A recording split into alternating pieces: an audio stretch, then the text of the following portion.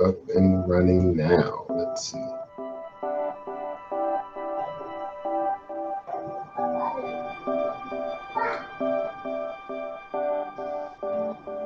All right, yeah, I think we're moving now. I think we have liftoff, as we would say, right?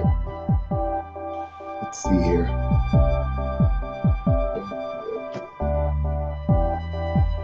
All right, so I see all my metrics are starting to show out now. So I actually do see the live stream now on YouTube. So we had to do a little bit of adjusting there, some technical difficulties, right? YouTube and all these little new little ins and out that it has. All right, so let's see. For a second here. And again, this is kind of impromptu little session here, nothing necessarily over the top. I know you guys are busy with the evening here at this point. You guys have families, this, that, and the third, so you're trying to get your evening started. As you can hear my background, it is family hour at this time of night, so you're gonna have to bear with me a little bit there. More so, I just kind of want to come on and just discuss a couple things here in relation to trading. Obviously, the goal is to be able to come back on regularly, like I was doing at some point here, and have some, if I could, some daily sessions, and being able to kind of game plan day over day, going into the market the next day, how we can look at it from geopolitical perspective, any particular stocks that may be of interest to you, earning plays, things of that nature that we're constantly trading and sharing information with one another day over day. And so I just thought it to be, it was just a very useful opportunity here to come on and discuss a basic understanding when it comes to what it entails to really understand what day trading is all about and pretty much how it works. And along with that, what we find a lot of people struggling with is, position sizes, right? How to scale into their trade properly, how to also, even put a perspective in place of how much capital they should be exposing themselves to the market with, right? We've had scenarios where people obviously, kind of going a little bit overboard. You have a big margin leverage account, and if you're not necessarily scaled properly from the size value of your account, typically the golden rule is you don't necessarily want to trade no more than 10% of your actual trade account, buying power value, right? So that way, at least you kind of stay within a safe zone and not overly leverage yourself, unless you find that home run trade where you can just really maximize it. Outside of that, you want to trade with a better, risk versus reward ratio, or have better risk control and or risk management, right? You guys heard me speak about that several times before, so it's nothing new concerning that. And so again, just want to come on, do a quick little sound, but I'm not going to be on long, but I am going to discuss this topic, and then I'm going to follow back on it again tomorrow. And so we're going to discuss this, actually the same topic again tomorrow, but a little bit more in depth, right?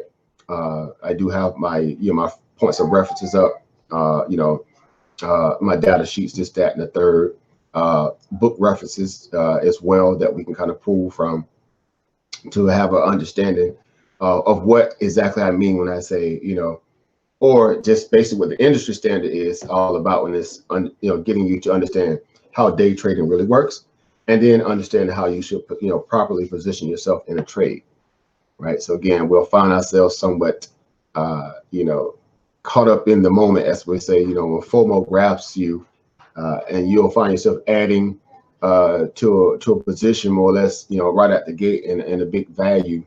And if the asset for any reason goes the opposite direction which you're trying to go, and if you don't have a stop loss set or things of that nature, it can get out of control really fast, right? It can become very problematic in a matter of seconds. And when we say seconds, we're definitely meaning nanoseconds. All right. So again, just want to share that with the family here.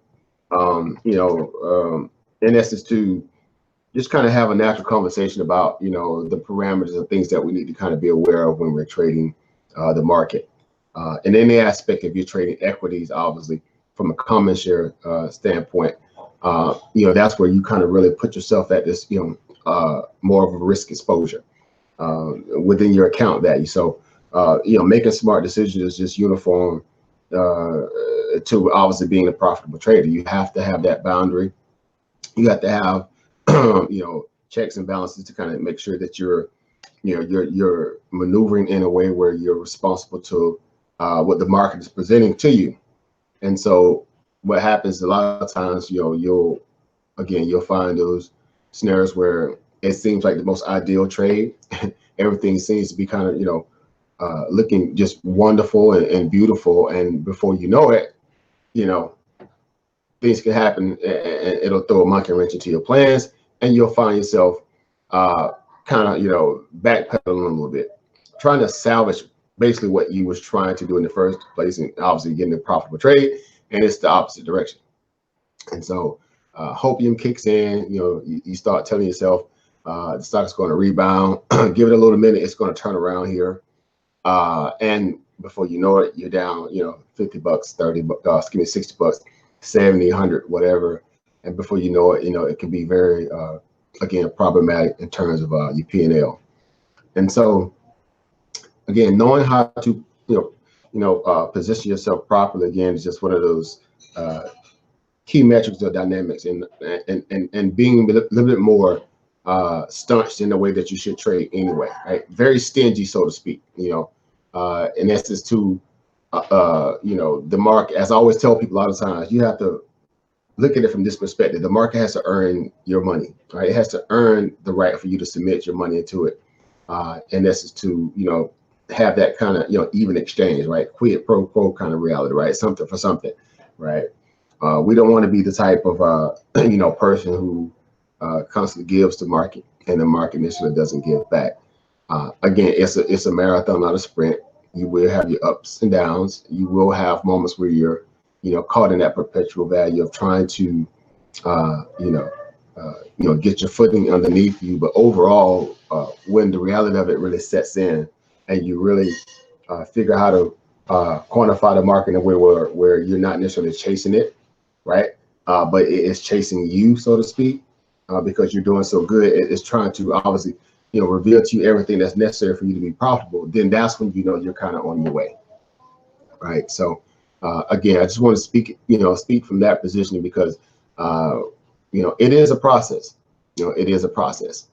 And just for you guys, now I know maybe a few of you guys probably hanging out with your brother here. This video is actually unlisted, so that's why we don't have a flux of people coming in. I did it unlisted purposely, obviously, for a training session that we have through our WeTrade HQ mentor scenario.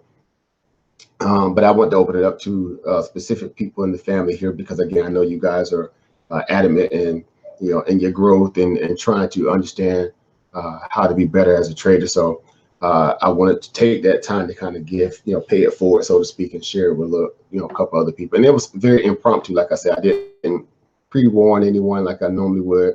That way you have time to kind of, find the time to meet up with us for the Falter live stream. So, again, I didn't plan to make it a very lengthy conversation, more or less, and in depth in terms of training. But just to set the stage for tomorrow, so to speak, that when I go live tomorrow, these are things that we're going to discuss, and we're going to discuss them in depth, like I said before. So kind of like a precursor, right? It's the appetizer before you have that that 6-course meal, so to speak, right? So you got your little your little croutons, and you got your little bruschetta, right? A bruschetta, depends on how you speak. Right? You got your little fried, little whatever you eat, mushrooms, asparagus, or whatever. Either way, again, it's just a conversation piece. So to again set the stage for us tomorrow.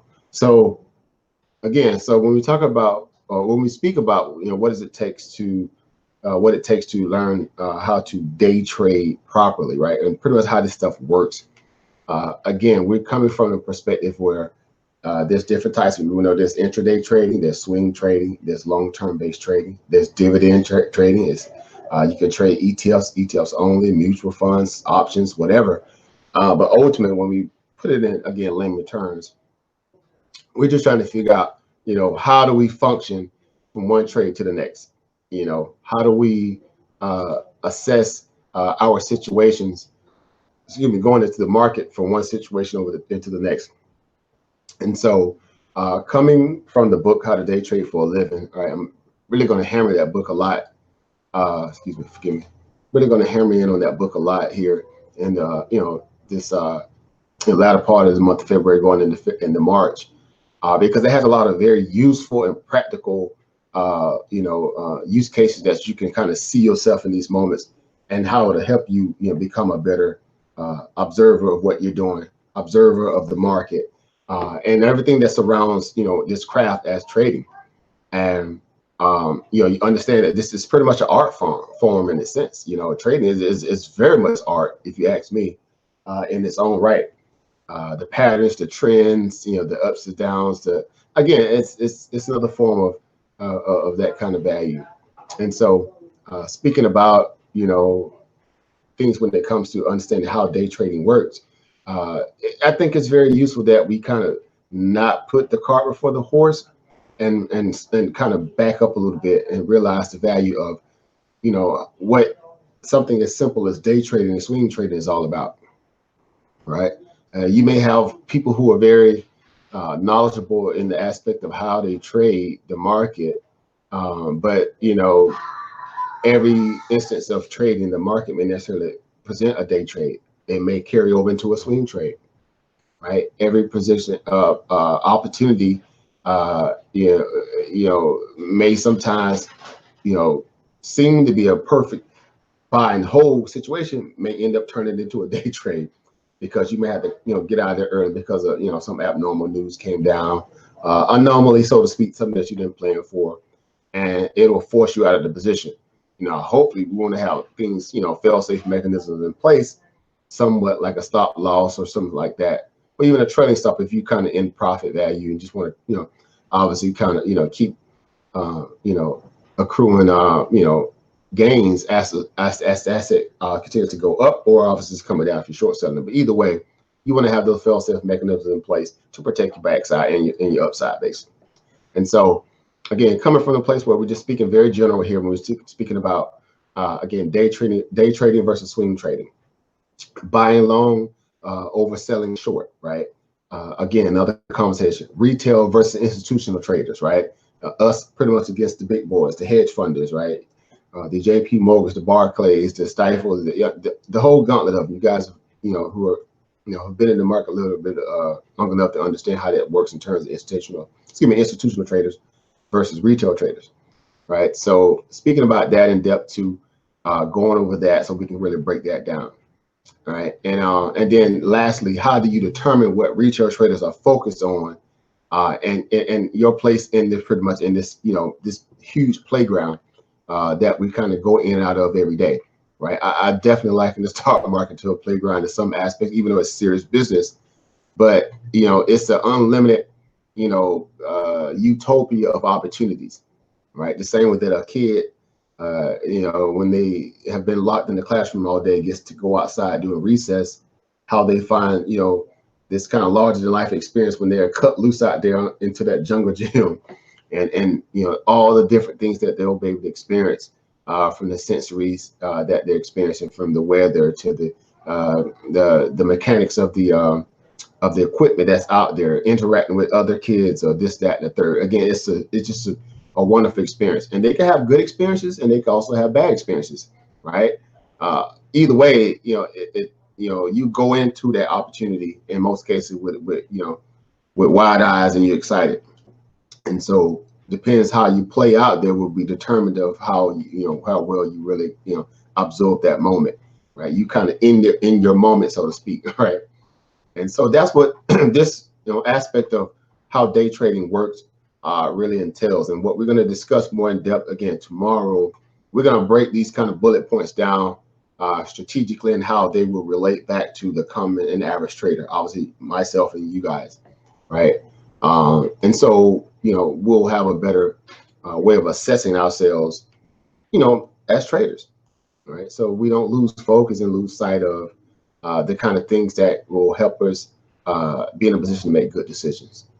And so that's what it really boils down to, making good decisions. Even again, like I said earlier, when I premised portion of the conversation based around, scaling profitability, the value of proper positioning, scalability, and how that relates again into profitability, right? So, you know, that's another conversation that we definitely need to speak about, because I do find it, kind of, I guess unnerving when I hear people say, well, I took a position on a trade and, I really felt this kind of way.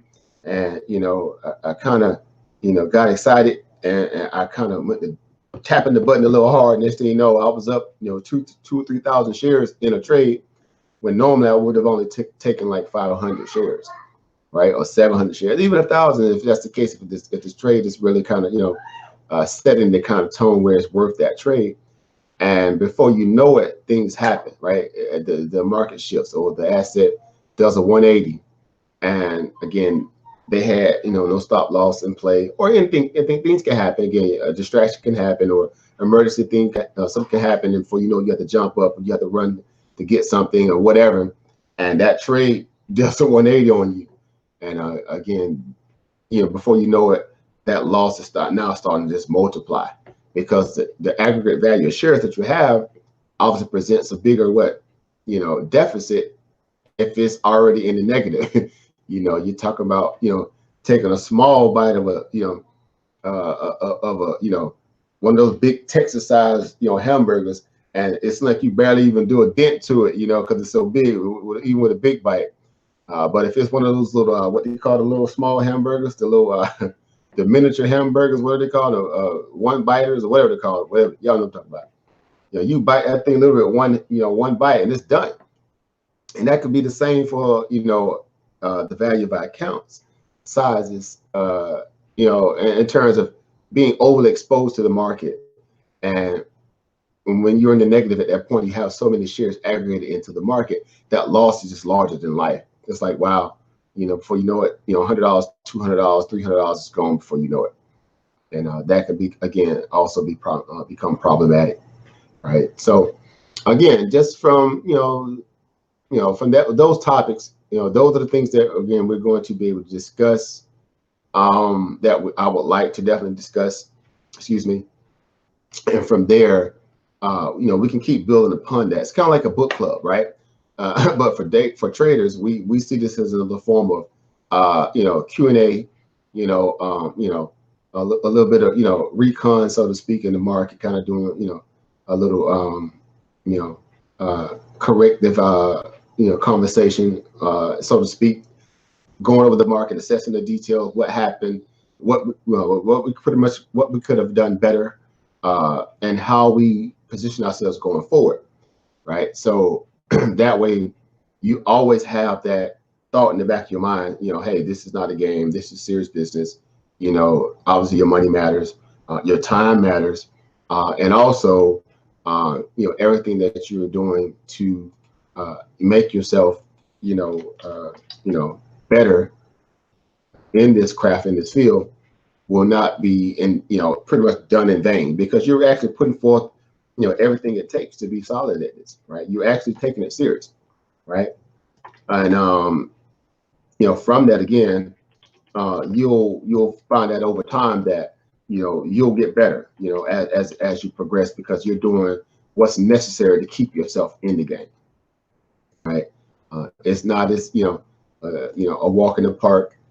It does require a lot of attention to detail and discipline, right? And again, we know, again, even the greatest of them all take L's. In case in point, some of you guys might have saw the article that I posted earlier this AM. Warren Buffett took a $4.3 billion L last week. He took a $4.3 billion L last week. So even the best get hammered. That Kraft Heinz trade did him in. He was very exposed, or overly exposed. Some of the stuff that we're talking about tonight, in Kraft Heinz, right? Kraft Heinz, the company, Kraft and Heinz, obviously, they merged. Kraft products, the macaroni, cheese, the dry stuff, all right? And Heinz ketchup, all that stuff. Company been around for a long time, but obviously both before they actually merged. But either way, they've been around for a long time, so people know what they're doing. But obviously, there was some very, scathing news that came out concerning that company that caused it for, FBI investigating them. And again, they had earnings on top of that, which reveal this flaw that they had, in the company, which caused the stock to, or investors to react to it very negatively. And hence, you had that domino effect with the stock that sold off, dropped from, well over like $46, $47 a share, all the way down to like $35 a share. I think today it ended up around like $34. Right. I had a position on it, obviously from a trading perspective and trading it, and trading, and again was able to kind of capitalize on some of that. And weird as it is, he had an interview today where he kind of came out and spoke a little bit about that scenario, a little bit, toxic value. But I guess what I'm saying, anybody in this field or this industry can get it. When I say that, I mean they can take an L. So that goes to show you it's not an exact science. No matter how much money you have, how skilled you are, experienced you are, your team, and you have the best, algorithms and computers working in your favor. That's all that stuff matters not, because again, the market is like the customer service representative, right? When they are trained to be professionals, right? The one thing that they're taught above all things is that the customer is always right, right? And so, with that kind of mindset, even though we know it's wrong, it's manipulated, or it's you can tell that somehow things are just not right. Well, it's not necessarily you could do a whole lot about that. Again, there has parameters to kind of protect the investors from, obviously manipulating opportunities that, these companies take investors through, and insider trading and everything else, the company not disclosing the proper information so you could be well informed about, the position you may or may not want to take. That stuff happens. And again, the lawsuits and the SEC gets behind it. We saw what happened with Tesla, right? The whole 420 scenario, funding secured, how you got in trouble with that. But ultimately, again, it's still up to us to protect our backside more than we're having to depend on the agencies to kind of police us and police these companies. Excuse me, I should say. And so again, saying all that, it's just another opportunity for us to realize that this is on us. At the end of the day, everything we do, everything that we position ourselves for, it falls back on us, right? And so again, that's important. And so again, just touching on those topics, I want to discuss it from a very, basic understanding, so we can, see ourselves, again, as the vanguard of this opportunity, to see ourselves from a longevity perspective, where we can see ourselves doing this, at a high level too. But it's going to entail us being able to, take some bumps and bruises along the way. And obviously, it's not always perfect with me. I've taken my lumps like anybody else. But one thing I do realize about this is that, the sheer opportunity that it provides, it has no equal from the aspect of the privilege aspect of it, right? Given the opportunity where if you perform properly based upon, what everything is setting up and exposing to you, then you don't have to worry about having to go out there and deal with a lot of things that really put you in an adverse situation.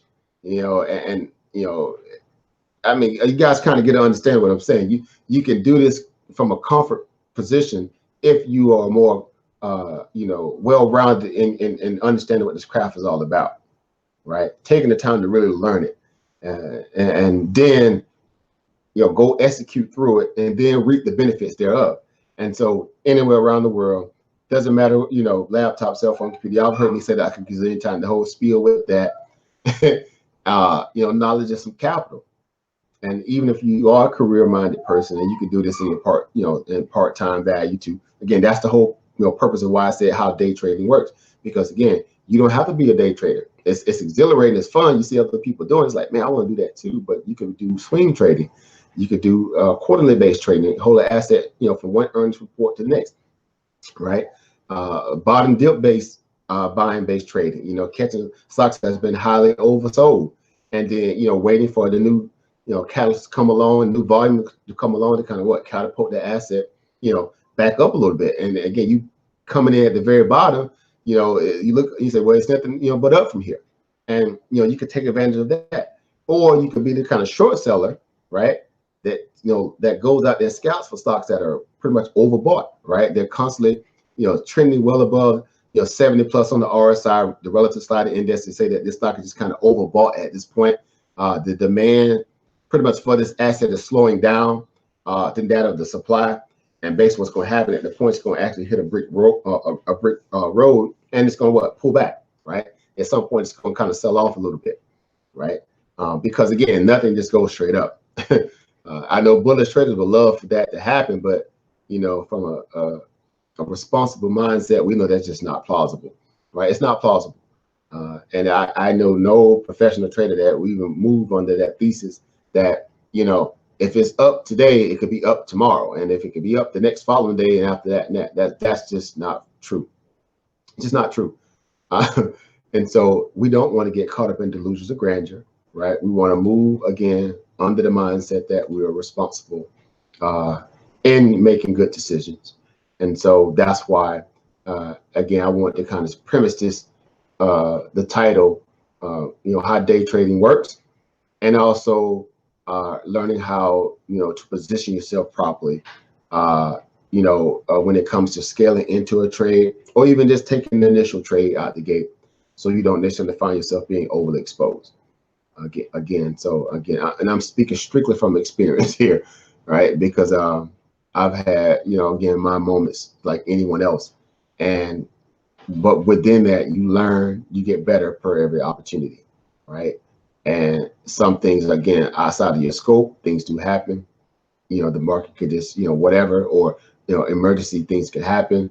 But in any moment that you have to protect yourself and protect, your value in this opportunity, exploit all those ramifications, right? Go through the gauntlet, figure out, what you can do, whatever you can do to make sure that you're not out there in a way where you're just overexposed, right, to this market, right? And size of your trade, and being in the wrong trade, following other people, FOMO as they call it, fear of missing out, or the opposite of that is what they call FOMO. I don't know if y'all heard of that one. FOMO, right? Yeah. Right. My accent may be different, so like FOMO, like almost like foam, but with the L on the end. Foam. They call it foam, though. I should say, excuse me, foam. Was basically meaning fear of losing money, right? FOLM, right? That's another one, right? And because you have that kind of, very, very, skittish disposition when it comes to that. You may be up in the trade, because how many times you've heard people say, man, I got out too soon, right? I kind of left the trade a little too soon, and the trade is obviously still running. And in that moment, the first thing you should do is stop and say, you know what? I'm thankful, I'm grateful that I was able to profit something. And I know it sounds, all in hindsight when you think about it, or just, but ultimately, it's a sign that at least you was right. At least you made the right and correct decisions to put yourself in a great trade out the gate, which also turned to be profitable. If you leave it a little bit on the table, that's fine, right? If it goes and just runs up another 3, 4, 5 points or something, yeah, that could be a little sickening. But here's the great thing about a trade, especially if you don't have to deal with the PDT. But either way, the same way you got in and got out of the trade with a profit, you can always get back in. But I would say once you return back into a trade that you was in earlier, that you was able to, assess it and make a good decision in, now you want to look at it from a place where you come in, you go in the next time with a little bit more a little bit more caution, right? less exposed to the market because you don't want to give back that what you earn. So you may come in next time with, less shares, this, that, and the third, enough to kind of just test to see if there's any more meat left on the bone, right, so to speak. And so again, that'll help you to be able to make the kind of decision again based upon being able to retain what you have, as opposed to obviously always exposing what you've just been able to kind of pull away from the market, right? So the goal is about retention. It's not about just any little moment that comes around. You just want to give everybody give everybody all your little gains and all your little money, right? No, the goal is to retain. So it's about base hits and not home runs, right? You guys have heard me say that a million times. It's about base hits over home runs. It's a marathon. It's not a sprint, right? And again, knowing that and trading under that mindset will help you to become a very, very profitable trader. And when I say profitable, you don't have to always be aiming for the stars and the moon. It doesn't have to be $1,000 trades and $10,000 trades. Again, y'all seen people tear it up, whatever. But whatever works for you and your comfort level, that's what matters most. That's what's going to keep you here for a long time. That's what's going to help you to be able to transcend bad money management values, or help you with your discipline value, help you, to become better at quantifying information and data better, right? Because as I've always said plenty of times, basically what we are, we're just data chasers, right? We're data collectors and data chasers. So information is king in this industry, right? You cannot be successful as a trader without understanding that this is a paper trail, so to speak, a paper chase, so to speak, in a lot of ways. You have to be serious about, due diligence and getting the best reference information, source reference information than that of what your peers may be able to do, right? Because if you're well informed, that puts you at an advantage, right, over those who are uninformed. And so, as we do know, anytime someone makes a profit in a trade, that means someone is losing. It's simple as that. Someone has to lose money in a bad trade in order for you to make money, right? There's no stalemate reality in this. If you submit your money, it's only so many shares on the float that can be traded, and within that, it's a tug of war, right? It's those who are shorting against the stock and those who are trying to go long in the stock, so to speak, right? And whomever controls the greater battle of that tug of war will be the victor, and also even within that, those who realize that the battle is won and release themselves from that fight will be the ones who secure their bag and move away without, always having the issue, where they'll go through all that fighting to get the battle won, and then they just turn around and lose it all, right? In the end, or they walk away kind of like, somewhat of a stalemate situation, right? And so again, that's just another part of the game too, because you're trying to obviously, be the ones who assessed it first, saw this coming, already set your target value, what you're trying to get out of it. And once you hit your goal, you accomplish your goal, you're done, right? You're out. Again, like I said before, you can always go back into a trade, but the goal is to walk away from the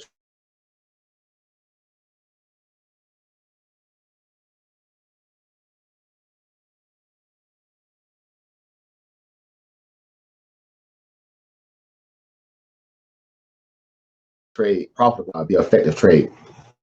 So again, just another part of what we're going to discuss more in depth tomorrow when we actually break this discussion down in depth. We're going to again be a little bit more lengthier with this conversation tomorrow. It's going to be like how I typically do my little sessions. We're going to bring up some data, some reference material. We're going to apply it back to the charts. We're going to do question and answers as always. But we're just going to set a template. Like I said, we're going to set a template where we're going to be, again, doers you know, of building this reality to our liking. And you know, from that, it's going to require attention to detail. You know, simple as that. That's what trading to me really entails. It's about attention to detail. If you're a detail orientated person, right, then you should do good at this if you really take the time to really learn it properly, right? And again, ebb and flows, we understand it. There's a lot of snares, roadblocks, obstacles here and there. I mean, right now the geopolitical climate is just a mess right now. You know, you don't know one day if we're going to be, dealing with the tariffs, or if it's not that, if it's not the wall, if it's not that, it's all this, this, pre-election climate and conversations that's coming behind that, and how it just, has the market right now in a flux in a lot of ways too. But more so, again, it's still just an opportunity. Whereas, if we learn how to read it properly, as they say, read the tea leaves, right? If we learn how to read those tea leaves properly, we'll still know how to side or err on the right side of the market, right? We'll be able to, make the right and proper decisions based upon what the market is offering us, in that moment, right? So, and that's what all this is all about. Again, it's about being able to quantify and slow down the market. I make the reference to, it's like Neo in the Matrix. When he figured out that he was the one to stop fighting himself or doubting himself, he allowed, everything around him just to, pretty much come to him at that point, as opposed to him going out and searching for it. So again, these, always odd and weird little analogies, but they make sense in terms of what we do. It's understanding where do you fit in the grand scheme of things as a trader, as an investor, right? And we know there's a difference between a trader and an investor, right? Again, because we just spoke about day trading as opposed to swing trading, right? Momentum-based trading as opposed to, dollar cost average and value investing, and then the different many facets underneath that. Options, again, ETFs, dividend trading. It's so many different ways you can trade. I mean, there's different asset classes altogether. Crypto, we know about that. Forex, another value of trading. Binary, I mean, you name it. Ultimately, again, it's just the opportunity. That's pretty, pretty exciting. Being a part of the opportunity, right? That's what's getting, that will get you, riled up. The idea that, okay, today might just be my day. Today I'm about to go in here and pay the house note and the car note off on one trade today, right? The market, when did the market get a hold of me, right? That kind of mentality, right? And that can, and that's very doable. It is very doable because there is no cap, there is no ceiling, there is no set value that you have to, really adhere to. And being able to obviously have the opportunity to present it, so you can actually engage it and benefit from it. And so, with that being said, again, it's just an idea. It's a thought. It's an opportunity, and it's up to us to again take it serious so we can benefit from it, right? And that's what it's all about at the end of the day. It's like I said before, it's all about the opportunity. And the opportunity is king or queen, right? Depends on how you want to look at it. It's not a misogynistic view, right? It could be queen if you take the necessary steps to do it properly, right? Take the necessary steps, right? Make it matter, make it make sense to you. Align yourself with other people who are doing, what you're doing, and then just go out there and have fun at it. You should be able to have fun and make money at the same time. There's no rule in universal law that says you should be miserable in making your money or getting out the resources, right? That to me, that's like who would want to, be a part of something like that? So, I would say this, definitely, unequivocally, have fun and make money. This can be very exhilarating. It can be stressful at times too, very stressful, so to speak. But I would say this also again. You also can have a lot of fun doing this. You also can have a lot of fun doing this, guys. And if you take it serious, and you go the distance. You allow yourself to be, have the proper patience to walk into this opportunity as opposed to running through it.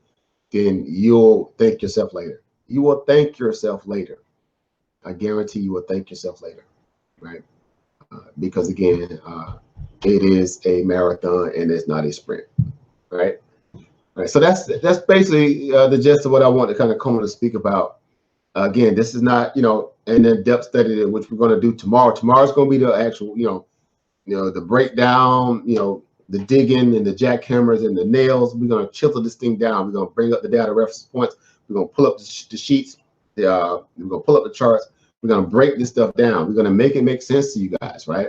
Again, we're going to take it, the full length of the conversation, which gives us more meat to the topic. So again, understanding how day trading works, also proper positioning and scalability, right?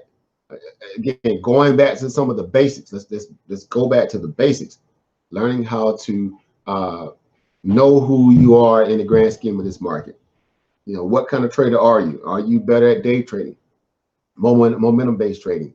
Are you better at swing trading because you have a career outside of this that takes a lot of your time, right? Are you better positioned to kind of do some value-based investing, for dividends or quarterly aspects of the fiscal, biannual, and also annual-based trading?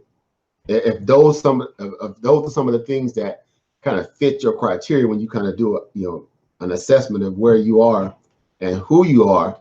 Some people don't have the nerves to deal with day trading. I've had people come like, man, your training is like awesome, but man, I can't do that day trade, man. That still work my nerves, man.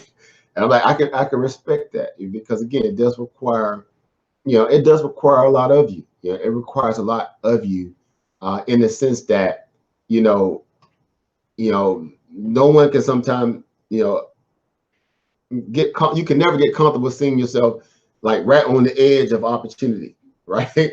And before you know it, you kind of like out of that opportunity, or you get into opportunity and you have that deer in the headlights moment, the analysis of paralysis, right?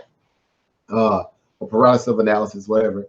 And then what all that you was able to kind of garner, you'll turn around and give it back, right? Because you refuse to hit that sell button, right? That sell button became anti you. It's like sitting there looking like, don't you tap me, we're gonna go higher. But in that moment, again, you understand discipline will trump and win the battle in the end if you really, really know your end goal, what you're trying to accomplish as a trader. And again, you play no games when it comes to saying, I stand on this and this is what I'm going to do, right? Learning how to convince yourself that, you have to be able to learn how to walk away one way or the other, either with the bag or sometimes even holding the bag, right? More so, hopefully you're getting the bag, securing the bag as opposed to holding the bag. But that, again, also is a part of understanding discipline, right? And, your due discipline, excuse me, your new word, due discipline, right? Your due diligence is also prerequisite to even building up a strong discipline. Because when you feel comfortable about knowledge and information, you will act on it, better. You'll act on it, properly. You're not going to go out and make a half-cocked kind of, decision or a move, so to speak. You're going to think about it. You're going to think it through, right? Which what we're supposed to do, right? Critical thinking, right? You're here to be a critical thinker. You're not here just to kind of move on emotion, right? Emotion gets us in trouble, right? And so that's just one of many facets, again, like I spoke about earlier, and becoming profitable, becoming a better person, becoming a better trader, period. And so we don't want to lose sight of that. We constantly want to beat that dead horse, so to speak. We're gonna whoop that dead horse every single time, so that way it stay down, because we're trying to establish a legacy. We're trying to hit some goals, so to speak. We're trying to be forward thinking, and that's how we compartmentalize our you know, our monetary value for our bigger endeavors, be it, you know, real estate, and you might want to, you know, you might be a person that has other business out there and you want to be able to fund it and fuel it and this, that, and the third. Well, again, we know the market will help you be able to do that, right? It will definitely be able to help you do that if you adhere to some of the basic rules and principles about, you know, this market as a whole. If you can do that consistently much as possible, your win rate ratio will be a lot better than your, you know, your loss value.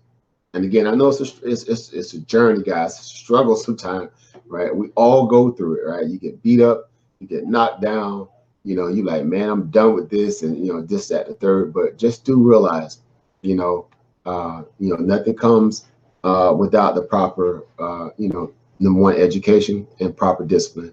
And so, you know, don't look at yourself as if it's something wrong with you, to the tune where you kind of, you know, talk yourself out of the opportunity, right? More or less, just try to understand how you can kind of, maneuver with the market, right? You're just trying to maneuver with the market day over day, or, you know, long-term investment over the next, right?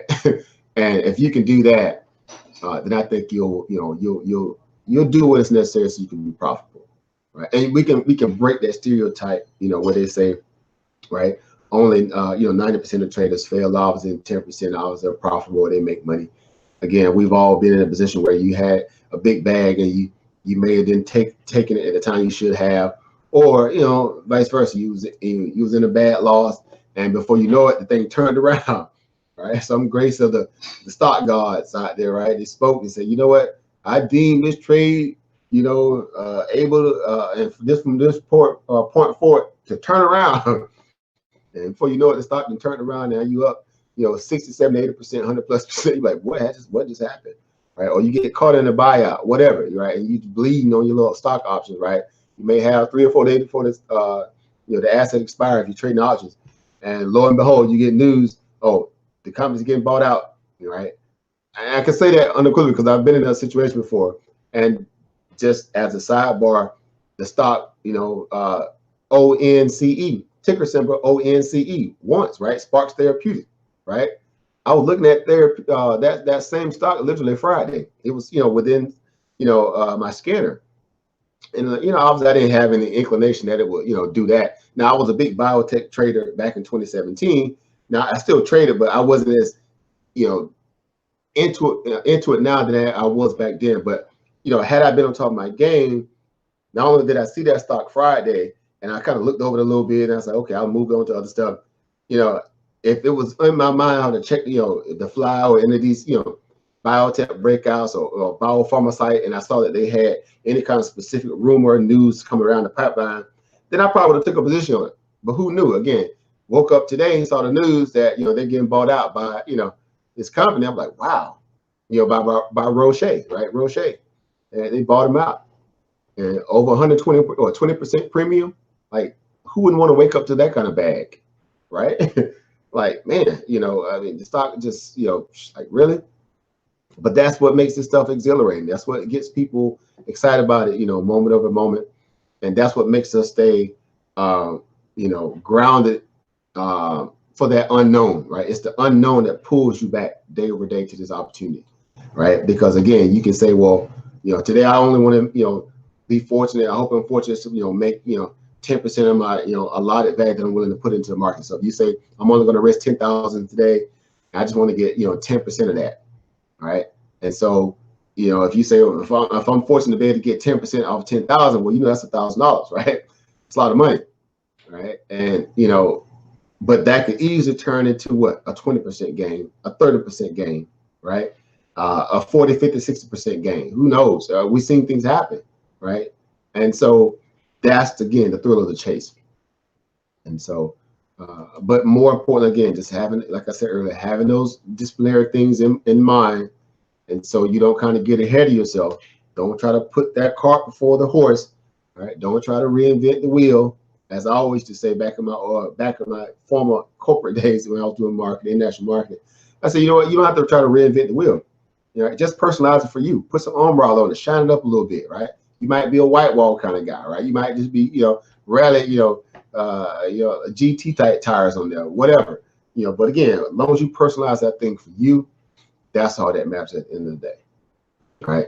That's all that matters, right? Learn how to personalize this market to suit, your need, your view, your vantage point, again, so you can feel comfortable when you go into it day over day, right? And that's what I love about this, because it's you against the market. Let me repeat that. It's you against the market. And that's how you should view it. It's not no more than that. You're trying to go into it, figure out the weak spots in it, strategize, capitalize, and then you get up out of there, right? It's simple as that. Look at yourself like a Lone Ranger or a soldier. You want to jump in there, mash the gas pedal, get what you need, and you get up out of there. All right. So again, it's just as simple as that. So again, just want to put that out there again. This video again is not public. It's a private one. I did it public. I may share it live. I might make it private after I end it. But I just wanted to have a small little impromptu conversation. I shared it with a few little rooms here and there. I didn't go overboard and hit it and share it with everybody. But I just wanted to kind of find that one or two people that may be out right now who might have already been studying for the market for tomorrow, who may have been contemplating certain aspects of the market, who may have had questions about where do they fit in the grand scheme of this opportunity as a trader or as an investor, and then kind of speak to you guys candidly or personally, right? Because again, I think the more you can have these kind of open forum discussions or more in depth, obviously when I'm doing proper mentoring and training, obviously that's my attention towards those people who are invested in me at that moment. But either way, you guys know how I am. I'm very giving. I'm a very open kind of person. I enjoy helping because again, as I use one of my famous lines that I like, quotes, is that by Robert Klein, is that when one teaches to learn, right? And it's simple as that. And so, and that's how it should be. It's an even exchange. Excuse me. Right, in water. Right. So same way when you're teaching, I learn too. Right. Again, I'm always putting it out there where you guys realize that you got something to teach. No matter where you are in this journey. I mean, I don't never claim to know it on. I never will. And so I just enjoy information and what it can do in helping edify my knowledge space. Right. My repository of knowledge and information. And so I enjoy sharing, again, like I say, in that same right. So, but that's that, guys. So I do appreciate you guys stopping by and, hanging out with me. This was a very impromptu conversation, more or less. But tomorrow, again, I will be going in depth into this conversation. Again, I will be bringing out, the reference sheets, breaking it down. We're going to read through that chapter a little bit. We're going to go over again, proper positioning and things of that nature, so we can say, we've kind of had a chance to really break this information down. If it's going to help us to be better, then I'm all for it, right? And that's what this is all about. Typically, here at the end of the day, it's about again getting the best information, so you can go out there and execute properly, right? All right, so that's that. So again, I do thank you guys again for stopping by on this impromptu conversation. I know you guys are probably, got your evenings going. You probably got your dinner ready. You got the kids running around. People like, man, you cutting into my good time right now. I think it's NBA season, right? I think yes, it's NBA season, so you might be getting ready to watch the NBA game. You be like, man, I don't want to talk about the stocks right now. I need to be trying to watch this basketball game or whatever. But ultimately, I think this is a great, opportunity. So, we can come back and say, you know what, that was a nice little quick little discussion, or that was a good point of reference of information to kind of go over. And yeah, okay, I see a few people that popped up. Hey, what's going on, brother Jacob? What's going on, Jacob? What's going on, family Lee Turnbull? What's going on, family Brandon? See you guys in the house. You say what happened to Roku? Yeah, Roku hit that wall today, bro. They again had a phenomenal run off the earnings, right? We all saw the stock Friday. Asset just went hog wild, off its earnings report. even though it kind of opened up a little lethargic, and then it got legs after the fact. Obviously, excuse me, Thursday, and so Friday, when it opened up for the market, it grew some legs, right? In come all these new buyers, right? In come all these, all those kind of naysayer people who was kind of watching from afar and decided to say, you know what, hey, here's an opportunity where I can kind of get in on this price action, right? The price action went through the roof. The option flow chain was just, really revealing itself in terms of how many people had actually, saw the opportunity in the move, being strategic. I think they had like about an 8% implied volatility move on the stock going into earnings, somewhere around the 8 or 10%, which is a lot. I think it ended up going higher than that, obviously, because the stock went beast mode. I mean, it jumped up and ran over $20-something a share. Let that marinate. We had actually one of our guys that's a part of my mentor room. He actually got into the stock, I think, early in the week, maybe like Tuesday, Monday, whatever, into earnings. And lo and behold, he got a little, frustrated. Again, he didn't give himself enough time and allow the stock to kind of reveal itself. And before you know it, he sold his position too soon. Turns out the stock again ran up over $20 a share, and he left all that opportunity out, on the table. But that's a part of this game, And when you do feel convicted about a trade, and the kind of the stars align and the moon align with you, then stand on that. Stand on that. And we know options a little bit more, a little different than trading the regular common equity stock. But either way, again, the goal is to again, make good decisions based upon your due diligence, right? Your study value. Now, you put in the work, then trust yourself, right? Trust yourself. If anything, set a stop loss. Again, you might get hit with a theta burn and the IV crush you because after that earnings report is released, what it's going to do to the options market. It's going to cause that volatility to go haywire, and then it's going to fizzle out. And so if you're not obviously in the money or deep in the money at that time, that could be problematic to you if the stock obviously goes the opposite direction where you're at. But again, granted, that's a part of of what we do as well too, in terms of being able to make that proper decision in the option market, because it requires you to have that forethought, right? It requires you to dig a little bit more deeper and getting the best source of information that you can to take that trade. You've done the scouting, you've done all the scouring, and you read all the reports. You see what the analysts are saying. You kind of went through the chart like a gazillion times. You put your plots up there, your support resist. You got your Fibonacci bands up on it.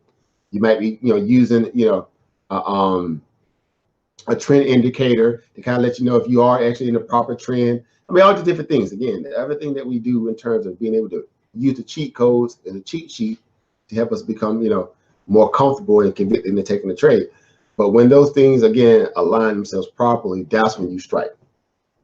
And that's when you strike, and you just say, you know what, hey, I take responsibility for this moment, right? I'm going to own this moment. So, in that moment, the brother kind of cut, a little too soon. And then, the next day, his stomach was turning. I can only imagine, he was in, I think he was in around, gosh, I want to say like 40 some odd, 40, was it $42, $43 a share, somewhere around there. I could be wrong, but he was in pretty early, obviously. And again, I mean, you guys saw what Roku did. It was just some out of a, it was just some out of a movie, right? So I think he was in roughly around about, gosh, did he buy it the week before? He posted it to me. It was either 40, I think like $40-something, or he might have got in right around $50 a share, somewhere around there, give or take. It was in the low 50s or high 40s, I tell you that. Again, long story short, y'all saw what Roku did. Roku not only gapped up and went haywire, but it just went rampant. Ran all the way, ran up as high as like $6, $7 and some change, right? You talk about a major move there, right? And so, again, just go to show you, if you go look at the chart now, it just looks like it's just, super bullish. Even today it pulled back some. I actually shorted into it today because, again, I respect the value of the extension. And anytime you see your extension, no matter, what kind of trader you are, you do realize that what goes up has to come down, or it has to balance itself off and level itself off. And that's basically what Roku did. So quick little moment, I'll share this with you. I'm gonna get ready to get off here. I got to go eat dinner. But if you look at that Roku, and this is just the daily chart. I just got the daily up, on the annual perspective. Where it came from, obviously, everybody got beat up on that December pullback, and since then everything has just kind of gone bottom out and just went stupid haywire. You're talking about a stock that came from $26 a share back on off the December lows, actually around $26 a share off the December lows, and now it's up here near $70 a share. You're talking about a gain of over almost $50 a share. That's the power of investing. Again, you could have threw a couple dollars in just off that low when it bottomed out around there, because we got an indication that the market was going to kind of get a boost, because we were hearing all the news behind the pump protection team, right? Steve Mnuchin and Larry Kudlow and the team that's pumping the market. They're trying to flood all this capital into the market. I don't know when they get this money to do it, but apparently they got some money to juice the market, and they just ran the Dow and the SPY up. The Dow, that was the day the Dow hit over 1,100 points in one day. Like they said, like in history, that was like one of the moments they ever have seen something like that in history. And it happened in a matter of basically about an hour the market went up over 1,100 points, somewhere other than that. So that was a buy opportunity. If you were shortening the stock at that point, that was the time to kind of cut that, take that profit and go long. And so those people, I can guarantee, that bought in at $26 a share, $27 a share, and they held number one because they might have liked the company, this, that, the third, but they got rewarded handsomely. Look at this chart, guys. Look at this. They well over $40+ a share right now in this trade. Especially coming off the back end of the last earnings report that just came out. So they got a nice little popular retreat, and it's actually now again well above the 200 EMA, right? The 200 EMA here. I should have put up the 1,000. I got a 1,000-day moving average I put up every now and then to kind of see how it fares on the 1,000-day chart. But I mean, again, it clears some key levels of resistance, right? It clears some very key levels of resistance, right? And now it's sitting very in a very demonstrative state. As long as it stays above this I would say at least this $60 handle at this point. If it stays above the $6 handle at this point, it could definitely find itself going back and potentially testing the highs of last year, roughly around there, over $75 a share. Again, so I got short on it again today around about 66 something. I got short on it. Matter of fact, where I'm at, I got short on it at 66.77. So right at 66.77, I got short on it. Again, finally, I'm swinging it actually. I am going to swing it, as you can see here. That's why I held it overnight. But again, it's going through that that pullback. Let me correct myself a little bit here. Let me get my bearing, and then it may still make a run tomorrow. And what made me feel comfortable is the fact that when the SPY began to retrace again off that crest, right, and make that peak, and then it came back down to the valley lows, right? It closed the gap basically. The market gapped up obviously through the futures market Sunday, based upon the news with Trump, and this whole tariff delay, extension, whatever you want to call it. And the market gapped up something crazy, right? And went up there and broke above that 280 resistance. Everybody been waiting on that 280 resistance. Not only did it break above it, it crushed it and went all above even 281, right? Got up there near 281.25, somewhere around there. And that's when okay, party's over. Cut the lights off. Pick your little beer cans up. Your little candy wrappers, and it's time to go home. And the market just pulled back. Beautiful downside here. If you bought the puts on the intraday for the SPY, came all the way down, bounced off that closing price of Friday, 279.14. Obviously, hit it, bounced off of it, crest a little bit above 20 EMA on the 5-minute, pulled back beneath it. Obviously, let you know that sellers wasn't done for the day, and then it settled out, right around here, obviously in the after-hour session, around that closing price of the day before, right, meaning Friday. And so looking at the chart here, that shows that we may have some some possible follow through tomorrow, because the market, we still know that the market still overextended off the December lows. No matter how you look at it, whether you're super bullish or not, the market is very extended. And all this geopolitical news is obviously going to come to a head at some point, because it's starting to get baked into the day-to-day grind of the market. It can't just mash up, consistently, just on its own. It has to have, this kind of, Red Bull, whatever, every day. It's coffee mixed with Red Bull, mixed with ginseng, shot every single day. But at some point, it's going to wear off. It's going to be time to come back to reality. So that's what we're dealing with here. In some aspect, some aspect of the daily here, the daily chart, how it got overextended, here, and then it had, it kind of pulled back, to reality, closing that gap from Friday, and here we are today. So it can easily find itself back down in that 278 handle tomorrow, potentially, if anything doesn't happen in the futures market tonight to warrant another bounce and kind of go back up that higher, test at 280 level and shoot a little higher. And so the gold, gold right now is doing this thing. So y'all know how this stuff works. And so again, but that's it. I'm definitely I look forward to again having this conversation again more in depth tomorrow when we go over the actual lessons of the how day trading works, and also proper positioning and scaling, and how that applies. It works in reference in tandem to how we need to be trading the market, from moment over moment. And that's just it. So again, I got short around $66.77, 77, because again, hit a key level of what? Resistance. Even though I got up above 67, I waited for it to pull back. So it got above 67. I said, let's see if it's gonna break out above this 67.50 there. If it breaks that $50 mark, then hey, we'll see. I think I was speaking to one of our other trainers and mentors in the room, Latoya,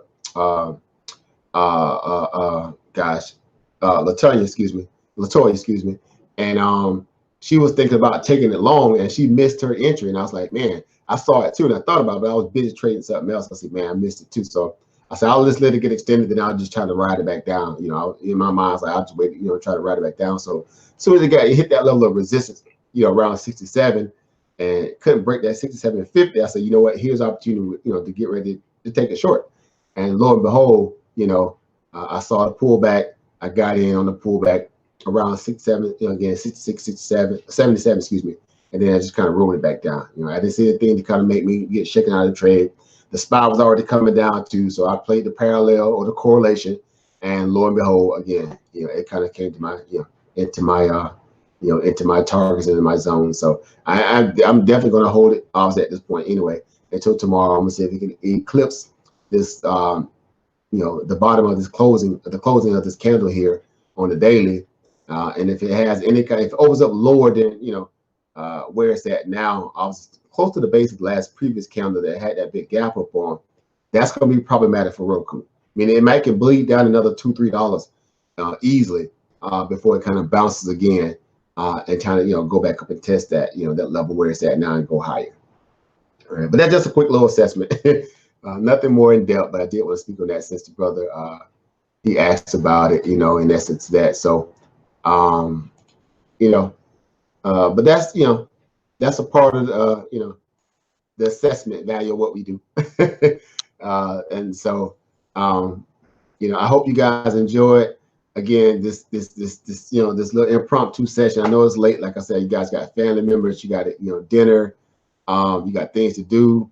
But again, tomorrow, look forward to tomorrow. We will have an in-depth discussion on how day trading works, and also proper positioning and scalability. So tomorrow, you're gonna see that same title again for some of those guys that's in the mentor, and obviously that's gonna obviously get privy to it. But we're gonna break this stuff down in depth, go over this stuff. Brother JL turning in the house. That's our brother there actually. They had that wonderful Roku opportunity.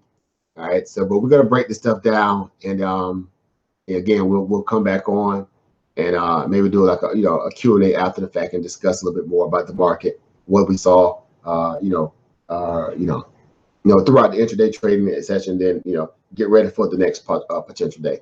Again, we do still have some nice earning plays coming down the pipeline. Again, we know Etsy had earnings tonight. Also, Shake Shack, right?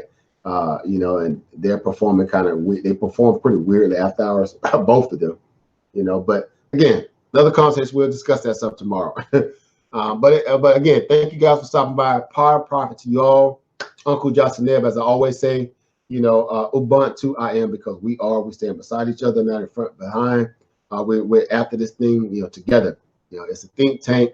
You know, we here to utilize, you know, every aspect of our sensory, our intelligence, to make sure we can put ourselves in the best opportunity to be profitable and to win. So I thank you all, and I thank you all that came from the respective Discord rooms or maybe tuned in. That's a private, again, unlisted, unlisted, you know, conversation we're having now. So again, that's why the numbers are small. I didn't post it, you know, public. It's private. It's for those who felt like they had enough time to come spend and hang out. I say it that way. That's why I did it from that perspective. But either way, I thank you guys for tuning in. So, all right. So again, I see you guys tomorrow. I'll see you guys in the Discord room. I'm pretty sure you guys are going to be prepared to get after this market. And again, we're going to have fun doing it. So power and profit. As I always say, again, you know, trade safe, choose well, and stay green, my friends, right? Trade safe, choose well, and stay green, my friends, above all. Power and profit, guys. All right.